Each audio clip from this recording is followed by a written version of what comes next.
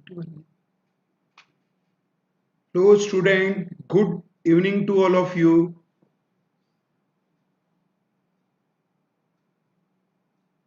मैं Govind Sharma NEET UG Quest पर आप सबका मोस्ट वेलकम करता हूं। सबसे पहले अपने आप को इंट्रोड्यूस कराना चाहूंगा।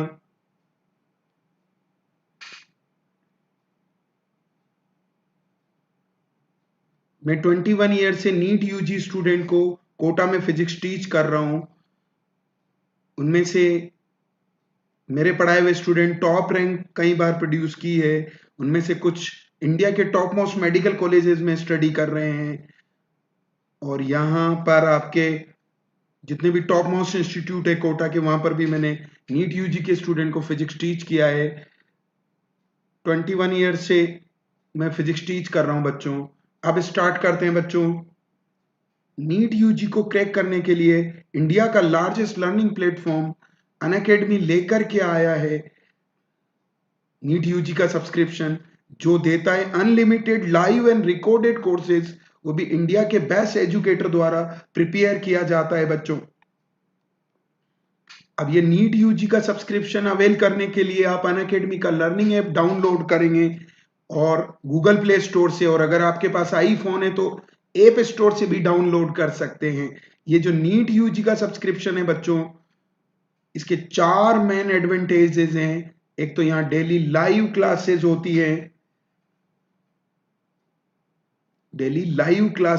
है, एजुकेटर से आप इंटरेक्ट कर सकते हैं, डाउट रेज कर सकते हैं। यहाँ पर क्वेश्चन के आंसर के पोल्स अवेलेबल है परसेंटेज में, जो ऑफलाइन जैसी फीलिंग देते हैं बच्चों।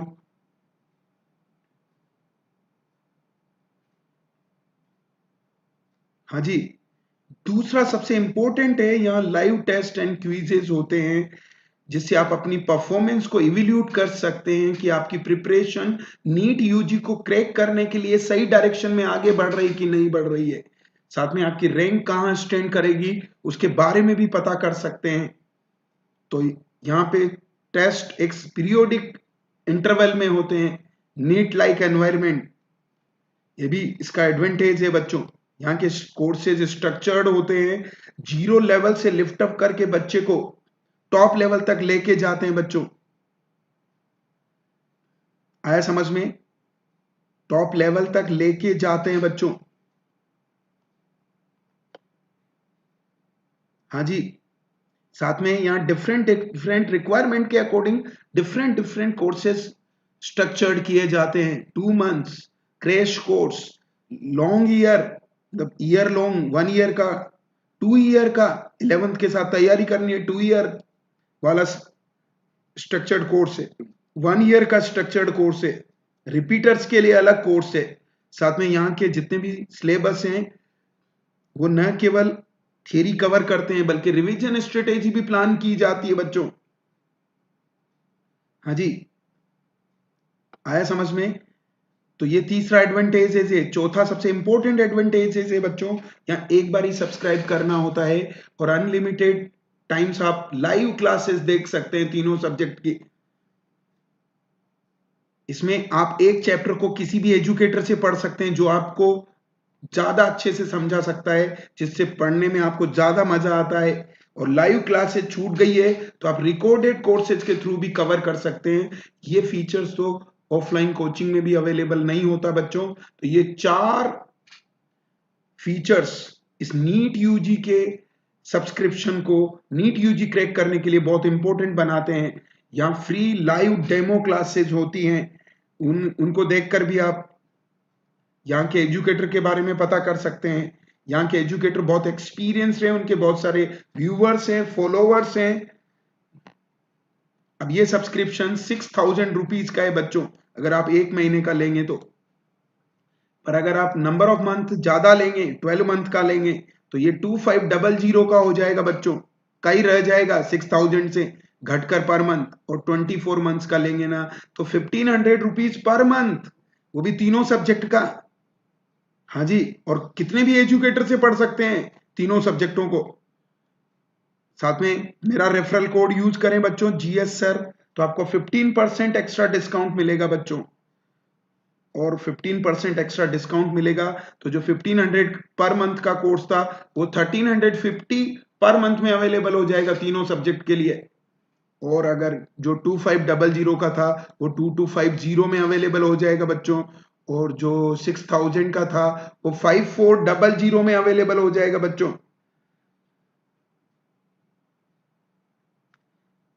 तो हम स्टार्ट करते हैं बच्चों आज का ईएमआई का सेशन।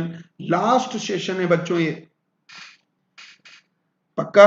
तो ये पहला क्वेश्चन शुरू होता है। कोई बात नहीं मिस्टर आकाश शाह। हाँ जी,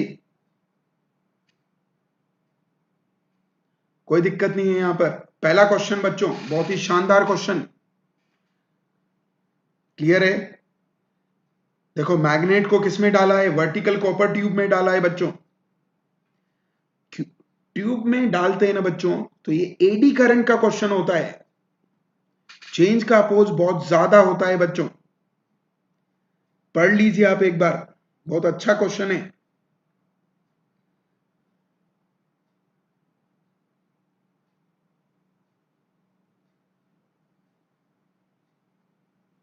चेक कीजिएगा बच्चों, मैं डायग्राम बनाने जा रहा हूं। ये कॉपर का ट्यूब है, ये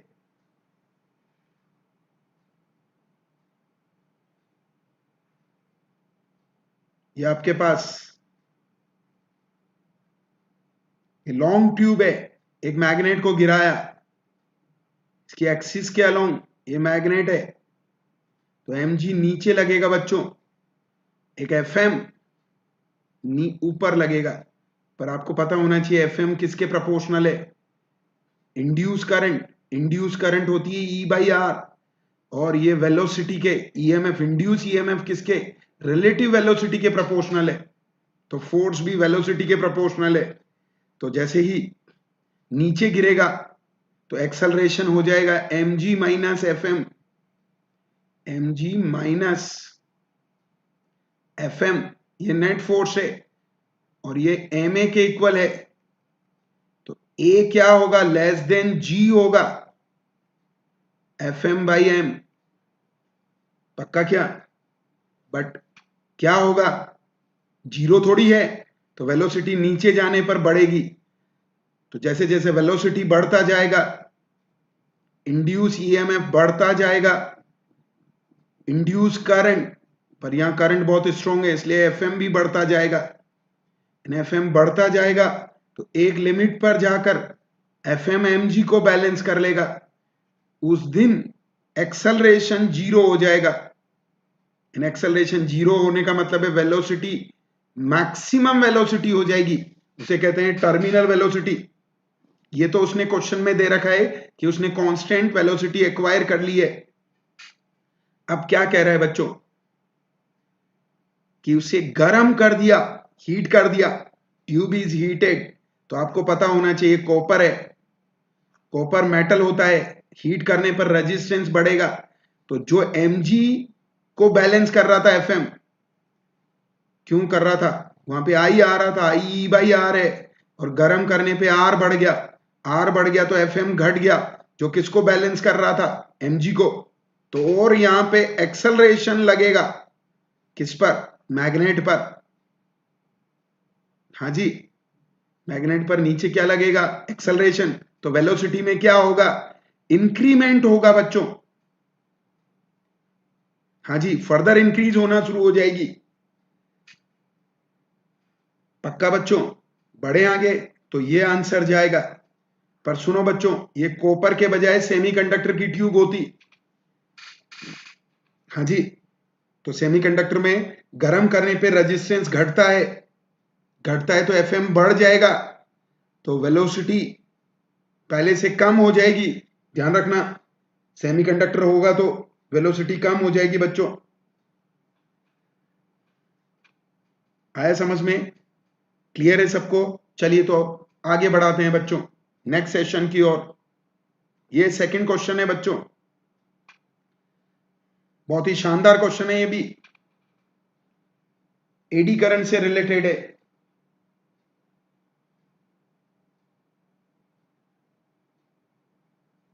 हाँ मिस्टर शाह, आफ्टरनून की क्लास आप अटेंड नहीं कर पाए थे, कोई दिक्कत नहीं। आज ईएमआई खत्म हो गया बच्चों, कल से एसी शुरू होगा। पर याद रखना 12 बजे किसकी क्लास है? थ्योरी की, इलेक्ट्रोस्टेट की।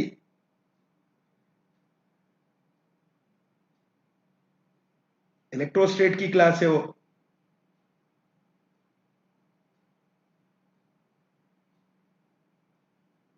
बहुत बड़ा क्वेश्चन नहीं है बच्चों। देखो, मैं इसका मतलब समझाता हूं। आप क्या करते हो, पूरा उसका एकदम अपनी लोकल लैंग्वेज में उसका मतलब पता होना चाहिए आपको। ये देखो, क्या है, दो मेटल के ब्लॉक है, ये पक्का ना, मेटल के ब्लॉक है, चेक कीजिएगा, ये मेटल के ब्लॉक है, ये मेटल के ब्लॉक है बच्चों। अब सुनना, यहां सबसे इंपॉर्टेंट चीज, जो फीड लाइन जिस सरफेस पे इंसिडेंट होती है ना, जैसे इस पे आ रही है, तो ईएमएफ इसी सरफेस पे आएगा, तो इंड्यूस करंट भी इसी पर आएगी। इंड्यूस करंट को यहां एडी करंट कहते हैं। अब एडी करंट का पाथ ब्रेक करना है ना, तो हमें रेजिस्टेंस को इनफाइनाइट बनाना होगा। इनफाइनाइट बनाने के लिए क्या करते हैं, लेमिनेशन करते हैं। इसको पतली पतली थिन शीट में कट करके उनके बीच में इंसुलेटर भर देते हैं, उसे कहते हैं लेमिनेशन। जैसे मार्कशीट के दोनों तरफ पॉलीथीन का लेपिंग करते हैं ना, फिर वापस बंडल बना देते हैं जिससे, तो आपको जो शीट है, कटिंग है, उस सरफेस की करनी है जिस पर बी इंसिडेंट हो रहा है, मतलब उस सरफेस की करनी है। मतलब लेमिनेशन का मतलब है एडी करंट के पाथ को तोड़ना बच्चों। हाँ जी, गलत है मिस्टर शाह, जल्दी मत कीजिए, बहुत क्वालिटी क्वेश्चन है ये। मैं आपको बताऊं, तो इसका पाथ ब्रेक करना है ना, तो जिस पर ईएमएफ आ रहा है उसी पर लेमिनेशन की बातें करनी है बच्चों। ये ये लेमिनेशन, ये ये इंसुलेटर भर दिया बच्चों, ये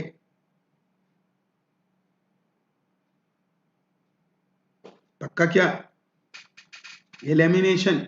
तो यहां एडी करंट कम हो जाएगी, बताओ क्यों? क्योंकि रेजिस्टेंस बढ़ चुका है। ये इंसुलेटर, ये ब्लू वाला, करंट घटेगी तो अपोजिशन क्या होगा, ये ओमेगा से घूम रहा था, इंड्यूस करंट कम हो गई, एडी करंट कम हो गई, तो अपोजिशन भी कम हो गया, तो ये देरी से रुकेगा। It come rest later, it कम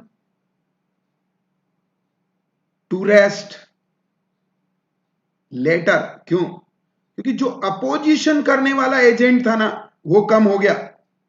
लेकिन सेकंड क्वेश्चन में देखना बच्चों, क्या हुआ, ये वही ब्लॉक है, देखते जाना बच्चों, बहुत अच्छा क्वेश्चन है, नहीं मिलेगा आपको बुक्स में। क्वालिटी क्वेश्चंस हैं आज सारे, आ सकते हैं एग्जाम में, देखते जाना। अब फीड लाइन, फिर आपके पास उधर से आ रही है बी, तो पत्तियां उधर काटनी थी, लेकिन उन्होंने पत्तियां कैसे काटी है, देखो सेकंड वाले ब्लॉक में उसके परपेंडिकुलर काटी है।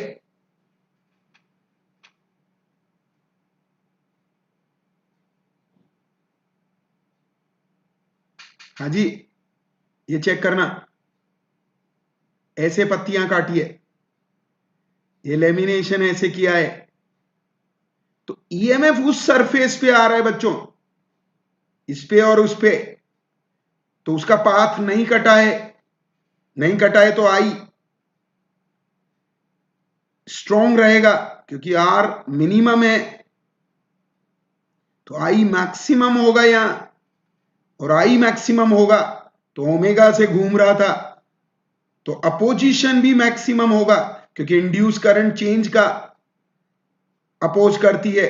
Opposition maximum is maximum, so it come rest early.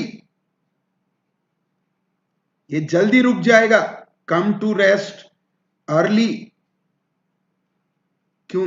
जहां पोजीशन ज्यादा है, मतलब यहां एडी करंट कम नहीं हुई बच्चों. क्यों नहीं हुई? क्योंकि रेजिस्टेंस कम नहीं करा आपने उस सरफेस का जिस पर फील्ड आ रहा है. जिस पर फील्ड आए उसी पर ईएमएफ आएगा, तो आपको उसी के रास्ते को काटना है, उसके परपेंडिकुलर सरफेस को नहीं काटना है. तो यहां एडी करंट ज्यादा है तो अपोजिशन भी ज्यादा है, इसलिए ये जल्दी रुक जाएगा बच्चों, और वो देरी से रुकेगा क्योंकि वहां एडी करंट कम हो गई. इसे कहते हैं करेक्ट लेमिनेशन. Correct lamination. ये इनकरेक्ट है.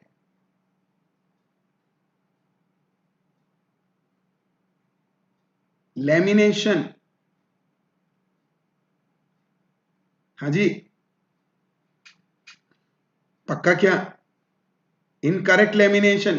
तो यहां एडी करंट स्ट्रांग होगी, अपोजिशन स्ट्रांग होगा, जल्दी रुक जाएगा.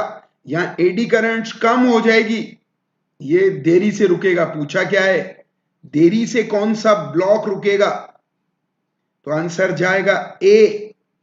पहला आंसर है बच्चों. क्वालिटी क्वेश्चंस लेके आया हूं आज लास्ट सेशन में, नीट के लिए एक्सपेक्टेड. पहला ऑप्शन है बच्चों. 3 गलत है मिस्टर शाह. अगले क्वेश्चन की ओर बढ़ते हैं बच्चों. यस, मैग्नेटिक फील्ड में स्फीयर मेटल को जब भी लाएंगे ना बच्चों, मेटल की शीट लाएं, मेटल का कोई भी, उस पर एडी करंट्स आती हैं. क्यों? What is the eddy currents? Is a group of induce current. Eddy current is nothing, is a group of induce current. बोलो बच्चों. हाँ जी. तो इंड्यूस करंट आएगी तो वो क्या करेगी? आई स्क्वायर आर हीट प्रोड्यूस करेगी बच्चों. तो हीट देने के लिए मेटेलिक स्फीयर पर मैग्नेटिक फील्ड में रखने पर वहां पर, हाँ जी, चेंज इन फ्लक्स होगा जिससे ईएमएफ आएगा. ईएमएफ आएगा तो एडी करंट्स आएगी बच्चों. तो ये आंसर है इसका. अगले क्वेश्चन पे जा रहा हूं बच्चों. Yes, answer is second. ये नेक्स्ट क्वेश्चन बच्चों. हाँ जी, बहुत अच्छा क्वेश्चन है. कैपेसिटर भी लगा है, इंडक्टर भी लगा है बच्चों, और t is equal to 0, t is equal to infinite पर हमने कैपेसिटर भी पढ़ लिया, इंडक्टर भी पढ़ लिया. अब ईएमआई हो गया, कैपेसिटर हो गया. अब ये रिमिक्स क्वेश्चन है, कैपेसिटर प्लस इंडक्टर. चेक कीजिएगा बच्चों सारे लोग. t इज इक्वल टू 0 पर, मतलब इसको बोलते हैं just after the closing off switch, क्या होता है? कैपेसिटर 0 ओम होता है बच्चों. इसको बोलते हैं शॉर्ट सर्किट. कैपेसिटर हटाना है, शॉर्ट सर्किट. ये पक्का, कैपेसिटर हटाना है, 0 कर देना है. इंडक्टर इनफाइनाइट ओम होता है बच्चों, ओपन सर्किट. इंडक्टर हटा के उसे ओपन कर देना है. अब सर्किट में सीकेटी लिख देता हूं. पक्का, ये t इज इक्वल टू 0 पर सर्किट बनाना है हमको. बनाने जा रहा हूं बच्चों t इज इक्वल टू 0 पर.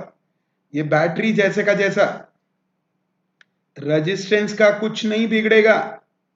रेजिस्टेंस जैसे का जैसा, कितना? 5 ओम. ये 20 वोल्ट. देखते जाना.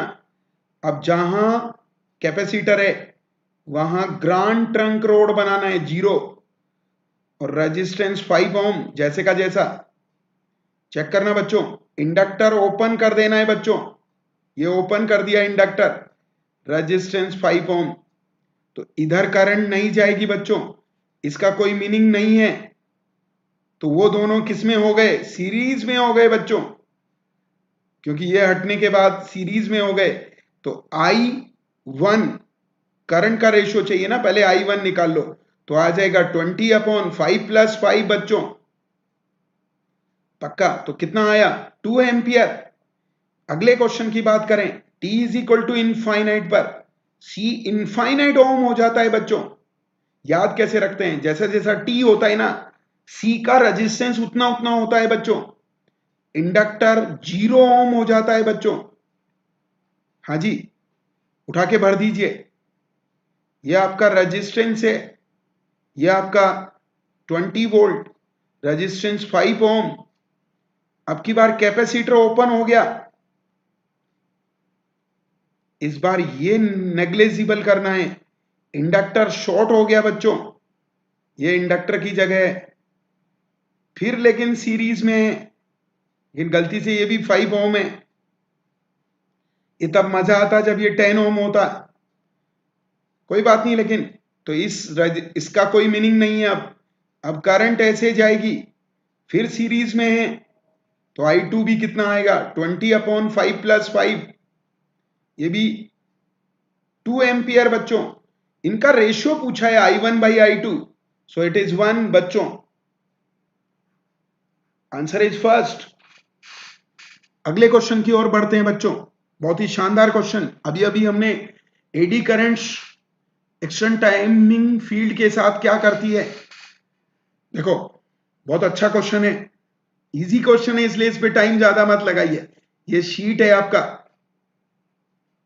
तो एडी करंट्स तो इस शीट पे आएगा, ये मेटेलिक शीट है।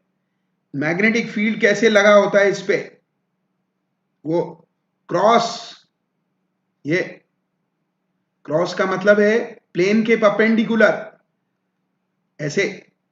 अब ये दोनों एडी करंट नहीं है, अभी तो शीट के परपेंडिकुलर फील्ड है। अब एडी करंट किस में आएगी? शीट के प्लेन में आएगी, पक्का क्या? वो देखो, ये ऐसे आएगी सर्कुलर, तो मैग्नेटिक फील्ड के साथ कितना एंगल बनाएगी? आप ही बताइए। 90 डिग्री, क्योंकि वो तो प्लेन के परपेंडिकुलर है बच्चों, और एडी करंट्स शीट के प्लेन में है, तो आंसर इज फोर्थ बच्चों। हाँ जी, क्लियर है सबको? इस तरह से हम बात कर सकते हैं बच्चों। देखो, ये अगले क्वेश्चन की ओर बढ़ते हैं बच्चों। ये नेक्स्ट क्वेश्चन अच्छा क्वेश्चन है बच्चों। टर्न रेशियो दिया है, पहले तो नहीं बोले तो टर्न रेशियो का मतलब क्या, पहले क्वेश्चन समझा रहा हूं। ये क्वालिटी क्वेश्चन है बच्चों। टर्न रेशियो 5 है, नहीं बोले, जैसे उसने कुछ भी नहीं बोला, तो 10 रेशियो का मतलब होता है सेकेंडरी अपॉन प्राइमरी। क्यों? दुनिया का दस्तूर है आउटपुट अपॉन इनपुट। आप और हम किसके लिए हैं? आउटपुट के लिए। दुनिया को आउटपुट चाहिए, ये NS और NP है। अब प्राइमरी पर 100 वोल्ट लगाया, ये डायग्राम बना लीजिए ट्रांसफॉर्मर का, ये चेक कीजिए बच्चों, ये प्राइमरी वाइंडिंग, ये आपका कितना वोल्ट? 100 वोल्ट, नहीं बोले तो ये RMS वैल्यू है। ये सेकेंडरी पर, क्वेश्चन का डायग्राम बनाएंगे ना, सेकेंडरी का रेजिस्टेंस दिया है, रेजिस्टेंस से हमको कोई लेना देना नहीं है, पूछा है सेकेंडरी पर पीक वैल्यू चाहिए। अब ये RMS है बच्चों, किसका? प्राइमरी का। RMS प्राइमरी का है, तो यहां सेकेंडरी पर भी RMS आएगा। ये अब उसको पीक वैल्यू में बदलने के लिए √2 का मल्टीप्लाई करना पड़ेगा। पहले हम RMS से RMS निकाल लेते हैं। EP प्राइमरी का RMS, सेकेंडरी का RMS का रेशो, ये NP/NS होगा, पक्का क्या बच्चों? हाँ जी, तो ES/EP उल्टा कर लो ना, थोड़ा आपको कैलकुलेशन इजी पड़ेगा। हाँ जी, तो बोलो ES क्या होगा? NS और NP, इंटू ईपी होगा बच्चों। एनएस और एनपी कितना है 5 और ईपी दे रखा है 100।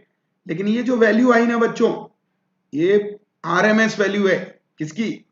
सेकेंडरी की। कौन सी वैल्यू है? आरएमएस, क्योंकि इनपुट आरएमएस दिया था तो आउटपुट भी आरएमएस आएगा। अब पीक वैल्यू में बदलना है, इसको कहते हैं पीक वैल्यू सेकेंडरी की। वो √2 टाइम्स होती है ई आरएमएस की, क्योंकि ई आरएमएस कितना होता है? ई नॉट बाई √2। √2 को उधर ले गए बच्चों तो पीक वैल्यू आ जाएगी। बोलो कितना? 500 √2 बच्चों। कौन सा ऑप्शन है? पहला ऑप्शन है बच्चों। हाँ फिर से देखिए मिस्टर सेम, देखो नहीं बोले ना तो टर्न रेशियो का मतलब कुछ भी पता नहीं चले। देखो लेकिन किस में पता चल जाता है? स्टेप अप और स्टेप डाउन में पता चल जाता है। ध्यान रखना इसका, स्टेप अप और स्टेप डाउन में पता चल जाता है बच्चों।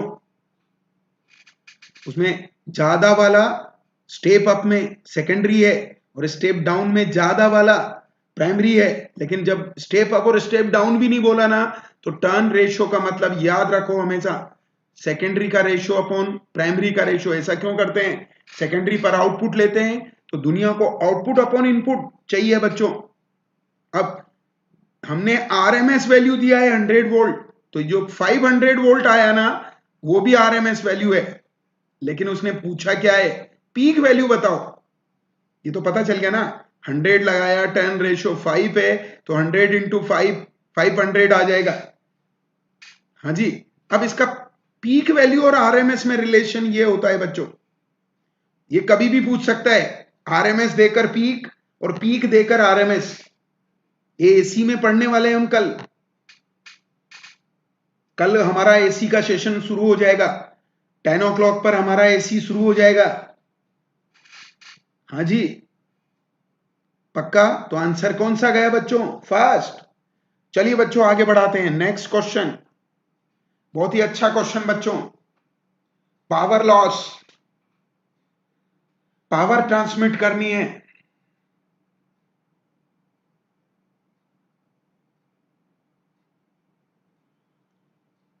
मिस्टर शैम क्लियर है? बहुत अच्छी बात है। ये देखिए बच्चों, पावर गिवन है बच्चों, वोल्टेज दे रखा है। पावर क्या होती है? V इंटू आई। देखो हाई वोल्टेज पे ट्रांसमिट करते हैं पावर को, क्यों करते हैं? ताकि करंट कम हो जाए। लॉस है ना वो करंट की वजह से होते हैं। क्यों? आई नहीं बहेगी तो आर कैसे एनर्जी चबाएगा? ये देखो ये आर के दांत होते हैं तो उस क्या करता है? एनर्जी चबा जाता है, I²R। तो वोल्टेज बढ़ाकर और करंट घटाकर ट्रांसमिट करते हैं। जब भी एक स्टेशन से लॉन्ग डिस्टेंस तक ट्रांसमिट करना हो एसी को, ये भी एक क्वेश्चन है। AC is transmitted from one place to another places at high voltage and low current. क्यों करते हैं? आई कम है तो उसका स्क्वायर और कम हो जाएगा, तो पावर लॉस घटाने के लिए ऐसा करते हैं। तो ये पावर दे रखी बच्चों 2.2 इंटू 10 की पावर 3। वहां देखो किलोवाट में है बच्चों। वोल्टेज आपके पास है, बोलो कितना? 22,000। ये तो ये 10 की पावर 3 से तो 10 की पावर 3 उड़ा दो और इंटू आई। आई चाहिए, बोलो कितना आया? 2.2 upon 22, so it is a 0.1 बच्चों। अब इसमें वैल्यू भर देना है, 0.1 का स्क्वायर पक्का क्या? और रेजिस्टेंस से मल्टीप्लाई करना है बच्चों। तो कितना आया? फटाक से बोलो। ये 0.01 और ये 10, तो आंसर इज, बोलो फटाक से।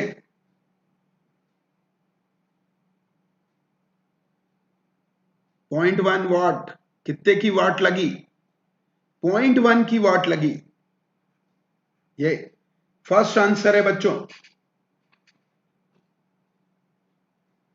बहुत अच्छा क्वेश्चन है, ये याद भी रखना, थियरी में भी आता है। एसी को एक प्लेस से दूसरे प्लेस तक वोल्टेज बढ़ाकर, याद करो हाई टेंशन वाली लाइन होती है 66 केवी, 22 केवी, ये 22 केवी की लाइन है, तो करंट डिक्रीज हो जाता है, जिससे लॉस डिक्रीज हो जाता है बच्चों। घरों में नहीं देते हैं 22,000, कभी 220 पे हाथ लगाना घर पे, फिर पता चलेगा 22,000 क्या होता है। वो केवल लंबी डिस्टेंस पर जनरेटिंग स्टेशन से किसी भी, किसको, सिटी को हमको क्या देना है, सप्लाई देनी है, तो उस जनरेटिंग स्टेशन से सिटी तक लाने के लिए वोल्टेज बढ़ाकर करंट घटाकर ट्रांसमिट किया जाता है। किसको? एसी को। चेक कीजिएगा बच्चों। Next question. हाँ जी, ये भी अच्छा क्वेश्चन है, बहुत आता रहता है बच्चों। रेटिंग सेम है, रेटिंग क्या सेम है? करंट और IR और वोल्टेज सेम है सबका, इसको कहते हैं रेटिंग। IRV, ये रेटिंग, इलेक्ट्रिकल अप्लायंसेज की रेटिंग क्या होती है, उनकी IRV सेम है इन सबकी। तो पूछा है एफिशिएंसी सबसे ज्यादा किसकी होगी? सुनो बच्चों, ट्रांसफॉर्मर में कोई भी मूविंग पार्ट नहीं है। किसमें? ये बहुत पॉपुलर क्वेश्चन है। Not have any moving part, जबकि मोटर में कौन होता है? आर्मेचर कोइल मूव करता है, और जहां मोशन नहीं होता वहां नॉट हैव फ्रिक्शन लॉस। कौन से लॉस? फ्रिक्शन। जहां मोशन नहीं है वहां फ्रिक्शन लॉस नहीं होते, इन्हें कहते हैं मैकेनिकल लॉस। तो देखो, जनरेटर में, मोटर में मैकेनिकल लॉस भी होंगे, इलेक्ट्रिकल लॉस भी होंगे, लेकिन ट्रांसफॉर्मर में कौन से लॉस नहीं होंगे? मैकेनिकल लॉस, मतलब फ्रिक्शन लॉस नहीं होंगे। तो उसकी एफिशिएंसी मोटर और जनरेटर से ज्यादा होगी बच्चों। एनर्जी का लॉस नहीं होगा आपका, बेकार की बातों में एनर्जी नहीं लगाएंगे, तो पढ़ने पर एनर्जी ज्यादा। तो वैसे ही कैसे ट्रांसफॉर्मर के पास कौन से लॉस नहीं है? फ्रिक्शन लॉस नहीं है। औरों के साथ मत उलझिए, अपने टारगेट पर फोकस करिए। तो ट्रांसफॉर्मर में केवल एक ही लॉस होता है, इलेक्ट्रिकल लॉस, जबकि एसी जनरेटर, डीसी जनरेटर में दो दो लॉस होते हैं बच्चों। हाँ जी, आकाश कुमार जी, पक्का क्या बच्चों? चलिए आगे बढ़ाते हैं, हम नेक्स्ट क्वेश्चन की ओर बढ़ते हैं बच्चों। ये आपका आज का नेक्स्ट क्वेश्चन।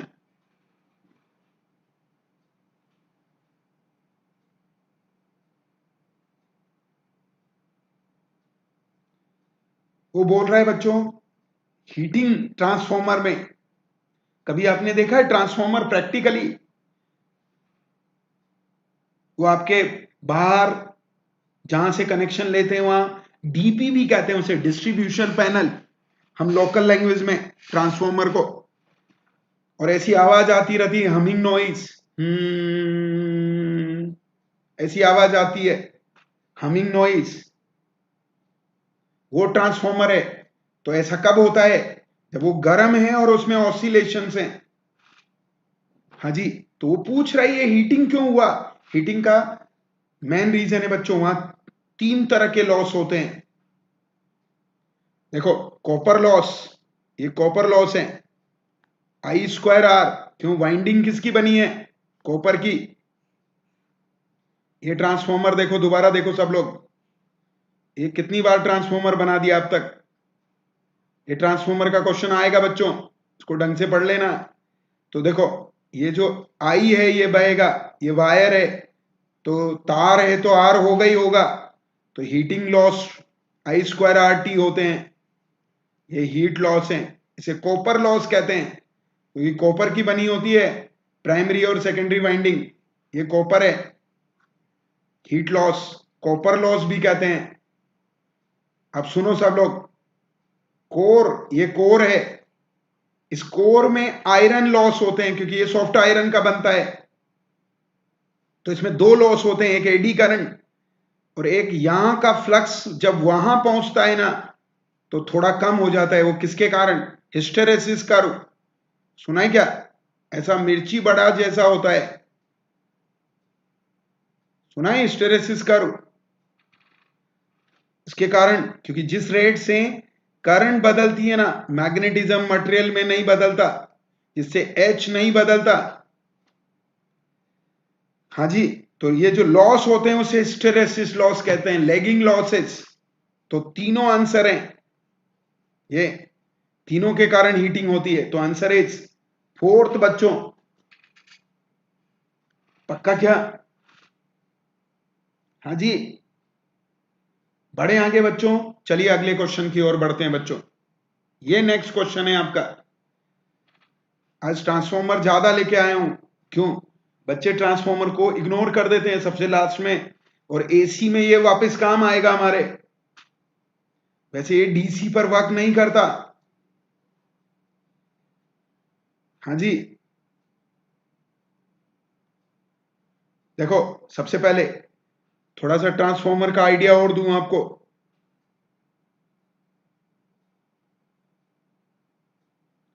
चेक करना बच्चों, ये ट्रांसफॉर्मर है। ट्रांसफॉर्मर में पावर इंक्रीज नहीं होती बच्चों, गलतफहमी दूर कर लीजिए। पावर आइडियल ट्रांसफॉर्मर है तो कांस्टेंट होती है।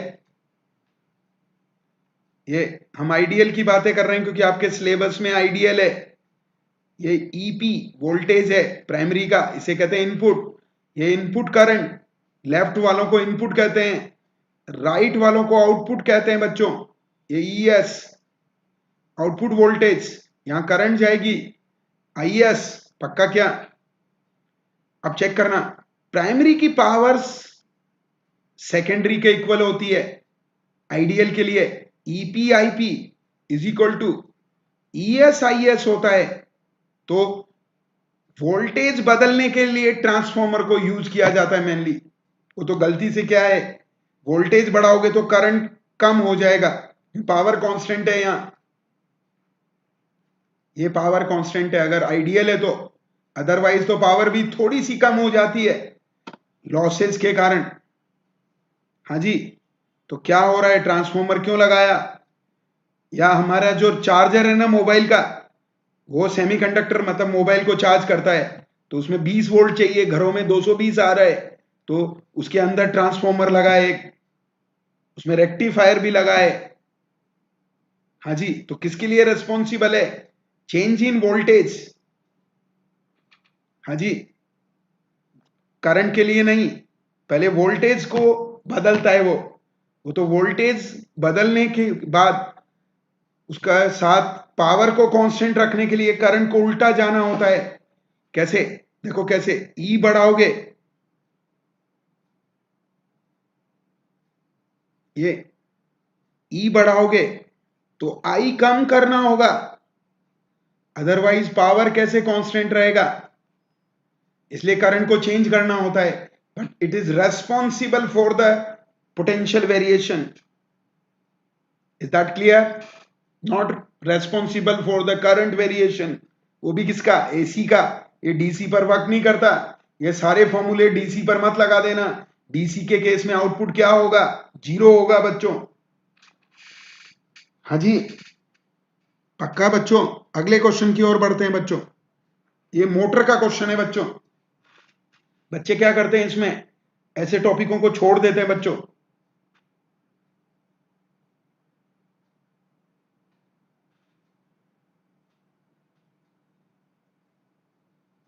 मैं थोड़ा आपको मोटर के बारे में बताता हूं बच्चों। देखो, ये ये इसकी मैग्नेट है नॉर्थ, ये साउथ। चेक करना बच्चों, ये आर्मेचर कोइल, ये पक्का। अब इसको सप्लाई दी हमने, ये बाहर से, ये सप्लाई देंगे तो क्या होगा, उसका इंटरनल रेजिस्टेंस है स्मॉल आर, मतलब एक तो वहां सप्लाई है, इसका इक्विवेलेंट सर्किट बना रहा हूं, इंटरनल रेजिस्टेंस है, और मोटर को सप्लाई दे रहा है तो उसका एक्सटर्नल रेजिस्टेंस है कैपिटल आर। तो मोटर एक सेल के जैसे ही बिहेव करती है। पक्का क्या? ये तो अब आपको पता होना चाहिए पावर मैक्सिमम कब होती है, जब इंटरनल रेजिस्टेंस का वैल्यू, इसे कहते हैं electrical equivalent circuit of motor, मतलब मोटर के क्वेश्चन नहीं आए ना तो सेल बना लीजिए, electrical equivalent circuit of motor. पक्का क्या? ये मोटर का इक्वेशन भी होता है, यहां ही बह रहा है। तो बोलो बच्चों, इंटरनल रेजिस्टेंस का वैल्यू एक्सटर्नल के बराबर है तो पावर का ट्रांसमिशन मैक्सिमम होता है। पूछा है करंट बताओ उस कंडीशन में, तो आपको पता होना चाहिए सेल में करंट कैसे निकालते हैं। उठा के भरा आर की जगह आर, तो कितना आएगा बच्चों? ये आंसर है इसका। बहुत अच्छा क्वेश्चन है, सॉरी ये आंसर है E/2R। करंट पूछा है, पावर का ट्रांसमिशन इंटरनल रेजिस्टेंस को एक्सटर्नल के इक्वल करने पे होता है। ये मैंने सेल में भी आपको बताया था, जब हाँ जी करंट कितनी होगी मैक्सिमम पावर ट्रांसमिशन पर, E/2R। Yes mister Devgan, clear बच्चों? बढ़े आगे, चलिए तो बच्चों अगले क्वेश्चन की ओर बढ़ते हैं। यह स्टार्ट होता है नेक्स्ट क्वेश्चन।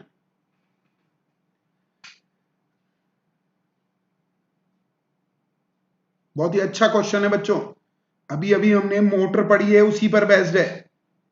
तो आप कहें तो मैं उधर से इसका इक्विवेलेंट डायग्राम चुरा लाऊं या एक बार और समझा देता हूं आपको? एक बार और देखिए आप, तो पहले आप पढ़ लीजिए, चेक करना बच्चों, उधर क्या समझाया था उसको एक बार इधर ही बना देता हूं, नहीं तो पेज पलटने पे आपको थोड़ा प्रॉब्लम हो जाता है। ये साउथ पोल, इसको कहते हैं फील्ड मैग्नेट। थोड़ा कलरफुल बनाते हैं इस बार डायग्राम को। ये आर्मेचर कोइल है, इसके अंदर रखी गई ये, हाँ जी बच्चों, इसको बैटरी सप्लाई दी गई, इंटरनल रेजिस्टेंस कंसीडर नहीं किया गया। चेक करना, ये मोटर की आर्मेचर कोइल का रेजिस्टेंस है तो उसको ओमेगा देता है। कैसे देता है? मोटर का प्रिंसिपल है टॉर्क इज इक्वल टू, इसके पास नंबर ऑफ टर्न्स है, एरिया है, मैग्नेटिज्म में रखी है, तो बना साहब पहले से ही होते हैं, और बना की आई, जैसे करंट फ्लो करेंगे, ये स्विच ऑन करेंगे ना आप तो करंट आ जाएगी, तो ये बना की आई क्या होता है? बीना, यही तो टॉर्क है ना, मैग्नेटिक टॉर्क। इसलिए फैन घूमते हैं, मोटर घूमती है, लेकिन जैसे ही घूमेंगे ना बच्चों मैग्नेटिज्म में, ईएमएफ भी आ जाएगा। कौन सा? नवाब साइन ओमेगा टी। क्यों? तो ये ईएमएफ प्रोड्यूस हो जाता है, इसे कहते हैं इंड्यूस ईएमएफ। पक्का? वो ओमेगा के प्रोपोर्शनल है, और ओमेगा आउटपुट है इस मोटर का, तो इस इंड्यूस ईएमएफ को आउटपुट वोल्टेज ऑफ मोटर कहते हैं। तो चेक करो, देखो मोटर का इक्विवेलेंट सर्किट बना रहा हूं दोबारा। ई सप्लाई दिया सेल से, इंटरनल रेजिस्टेंस है ये आर्मेचर कोइल का, और ये इसके टर्मिनल पर हमें इंड्यूस ईएमएफ आ जाता है। इस इंड्यूस ईएमएफ को बैक ईएमएफ ऑफ मोटर कहते हैं बच्चों। कौन सा EMF? Back EMF of motor कहते हैं। तो आपको नहीं पता चल रहा है, ये सेल है, ई सप्लाई है, स्मॉल आर रेजिस्टेंस है, और जो बच जाता है वो टीपीडी कहलाता है। किसके? सेल के टर्मिनल पर। ये जब एक्सटर्नल रेजिस्टेंस जोड़ते हैं आप, तो इसका इक्वेशन सबको नहीं पता है क्या? E माइनस आई आर। तो यहां भी क्या होगा? EB इज इक्वल टू, इसे कहते हैं वोल्टेज इक्वेशन ऑफ मोटर। फटाक से, तो E को इधर ले आओ, EB को उधर ले जाओ, यहां भी होता है वो, E is equal to V plus I R. तो यहां हो जाएगा EB प्लस आई आर, क्योंकि आप सबको सेल अच्छा आता है बच्चों। अब इसको मल्टीप्लाई किया बच्चों, देखो पहले तो ये बता दूं, ये कैपिटल ई कौन है? वो इनपुट है बच्चों, इनपुट वोल्टेज है, नाम रख लेते हैं उसको। ये देखो, ये ई कौन है? Input voltage.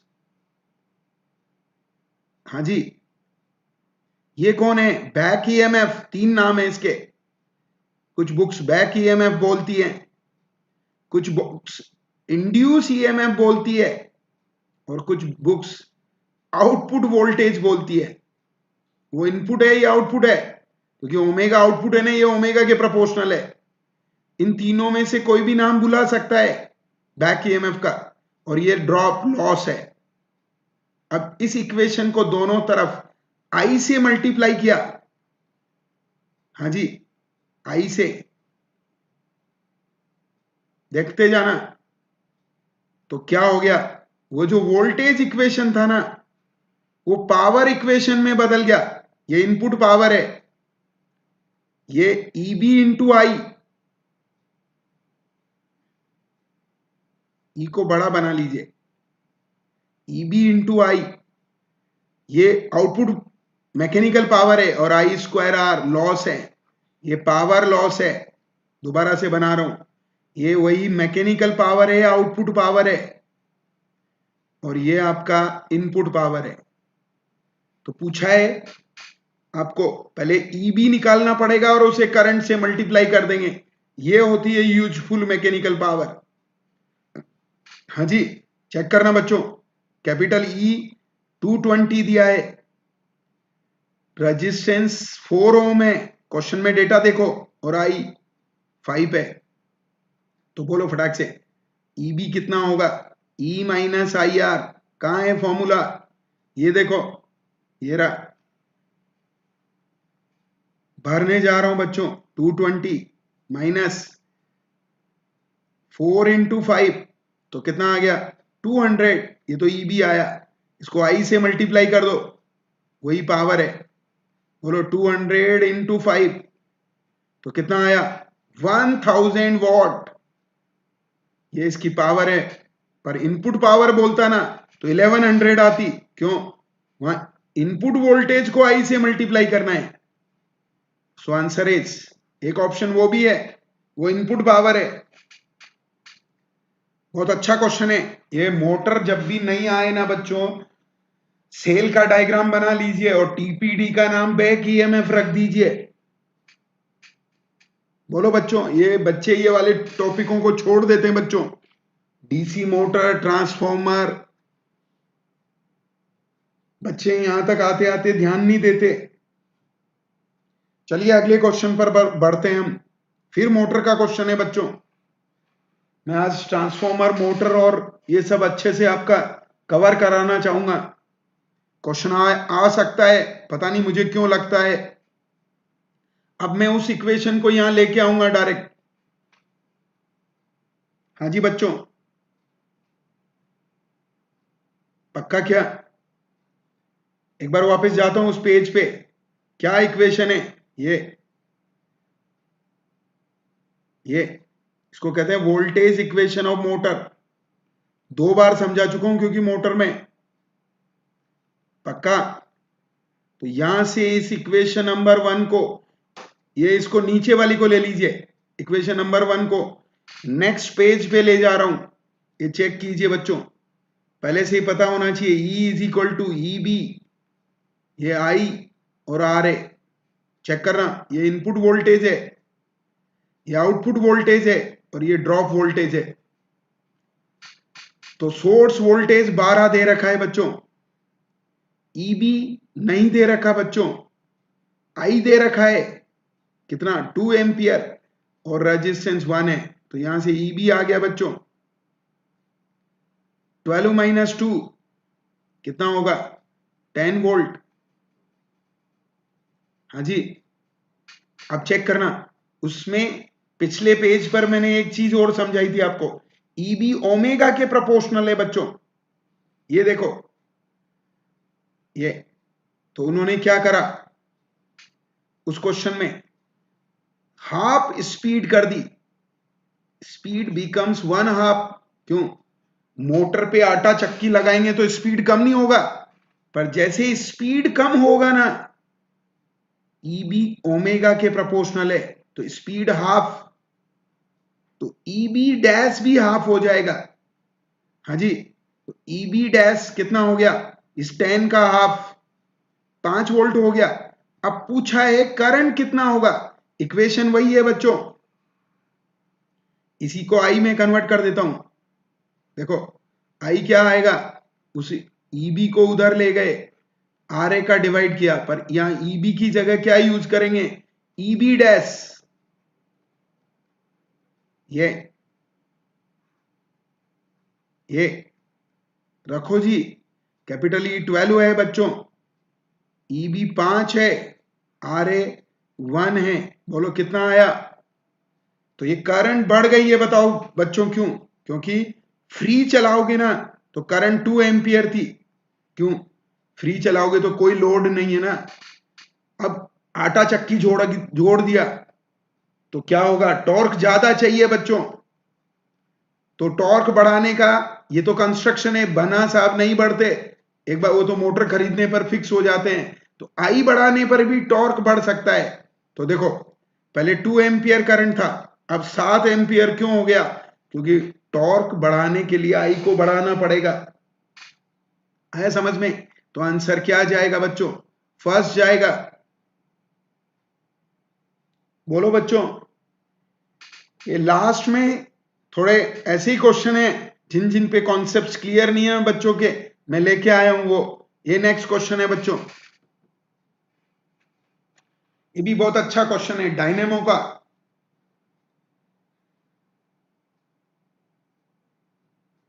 हाँ जी,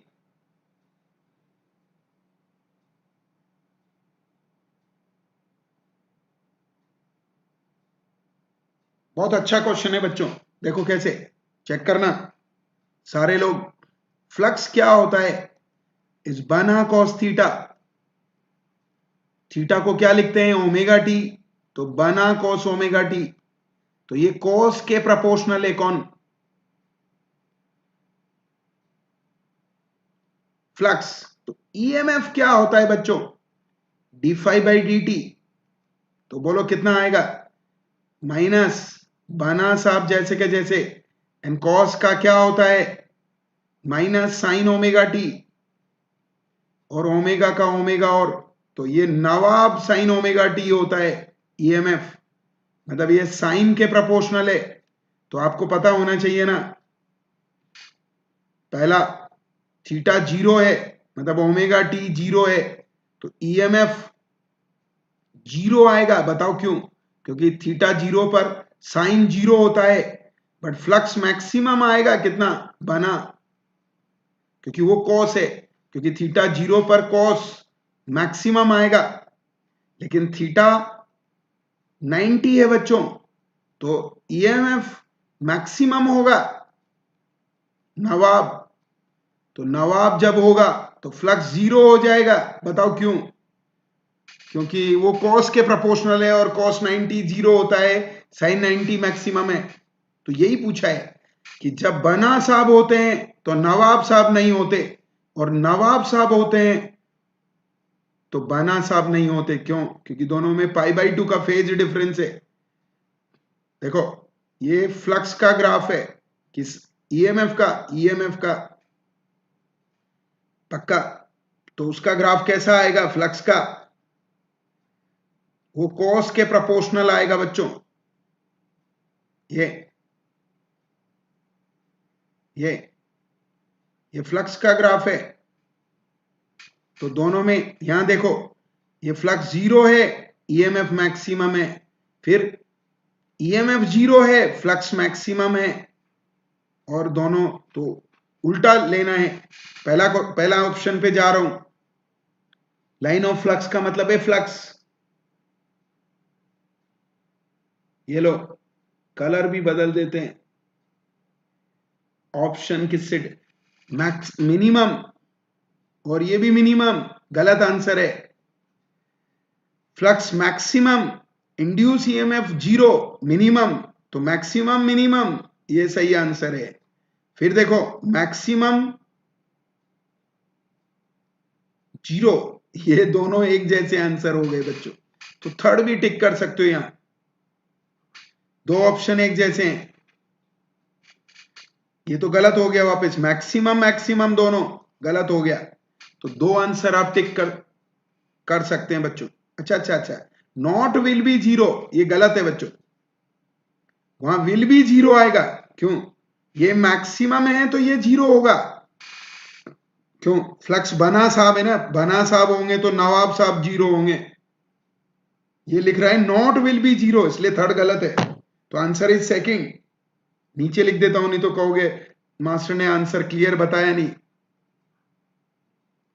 बोलो बच्चों। हाँ, तो आंसर सेकंड आएगा।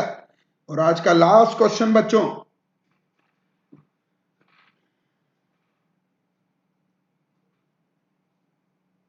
फिर ट्रांसफॉर्मर का क्वेश्चन है बच्चों।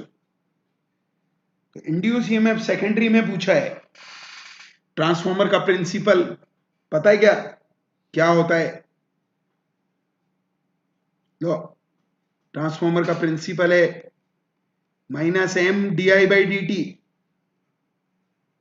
तो ईएमएफ किसके? dI/dt के प्रोपोर्शनल है। ये पक्का क्या बच्चों? ये तो आई का ग्राफ गिवन है बच्चों आपको,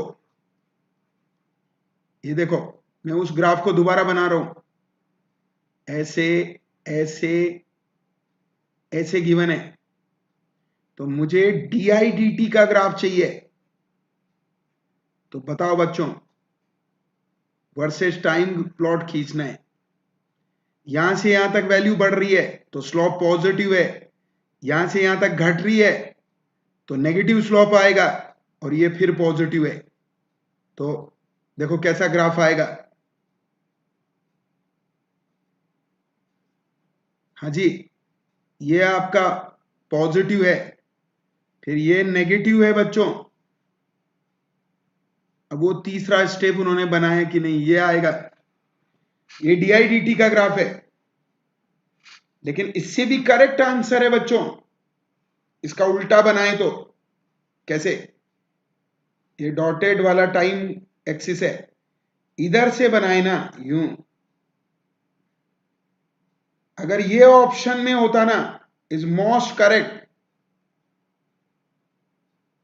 फिर आपका सेकंड आंसर पानी भरता, बट वो नहीं है, ये ऑप्शन में ही नहीं है, तो ये अंधों में कान्हा राजा।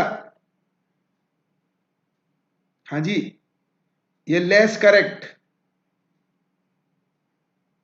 बोलो बच्चों, तो ऐसा ऑप्शन कौन सा है? सेकंड, तो ये सेकंड ऑप्शन है। क्लियर है बच्चों? तो ये ईएमआई का सेशन था बच्चों। कल फिर 4 क्लासेस है, टाइमिंग याद रखिए, 10 बजे, 12 बजे, 5 बजे, 7 बजे। 12 बजे थियरी का क्लास है, और 10 बजे एसी शुरू करेंगे। एसी मतलब अल्टरनेटिंग करंट, ऐसा नहीं कि गर्मियां हैं तो एयर कंडीशन स्टार्ट करेंगे। क्या शुरू करेंगे? अल्टरनेटिंग करंट बच्चों। फिर 12 बजे इलेक्ट्रोस्टेट का थर्ड क्लास है, जिसमें कूलॉम्स लॉ की जितनी भी वेराइटीज हैं आपको दिखाई जाएगी, जितनी भी वैरायटी के क्वेश्चंस हैं वो सारे बताए जाएंगे बच्चों। हाँ जी, फिर शाम को फिर 5 बजे और 7 बजे 2 सेशन और हैं, जिसमें फिर एसी चलेगा, तो कल एसी खत्म हो जाएगा बच्चों। उसके बाद ईएमडब्ल्यू भी हम उसके साथ ही लपेट लेंगे, और फिर उसके बाद इलेक्ट्रॉनिक्स के क्वेश्चन चलेंगे बच्चों। और थ्योरी में धीरे स्पेशल क्लासेस में शुरू करूंगा जुलाई में, वैसे तो थ्योरी चली रही है अभी यूट्यूब पर तो। हाँ जी, पक्का। चलिए बच्चों, thank you very much, good night to all of you. इस चैनल को आप पहले गुड नाइट करने से पहले लाइक कीजिए, सब्सक्राइब कीजिए, बेल आइकन को प्रेस कीजिए, ताकि आपको इसके जो भी नोटिफिकेशन से आपको मिलते रहें। साथ में यहां 10% डिस्काउंट के लिए मेरा रेफरल कोड यूज कीजिए, जीएस सर, सब्सक्रिप्शन लेने के लिए। अपने दोस्तों को बोलिए कि ज्यादा से ज्यादा लोग क्लासेस में आए। यूट्यूब पर कोई चार्जेस नहीं है।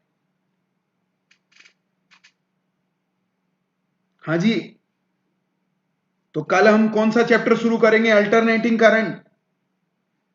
हिंदी में बोलूं क्या? प्रत्यावर्ती धारा। हाँ जी, चलिए बच्चों, तो bye bye, good night to all of you.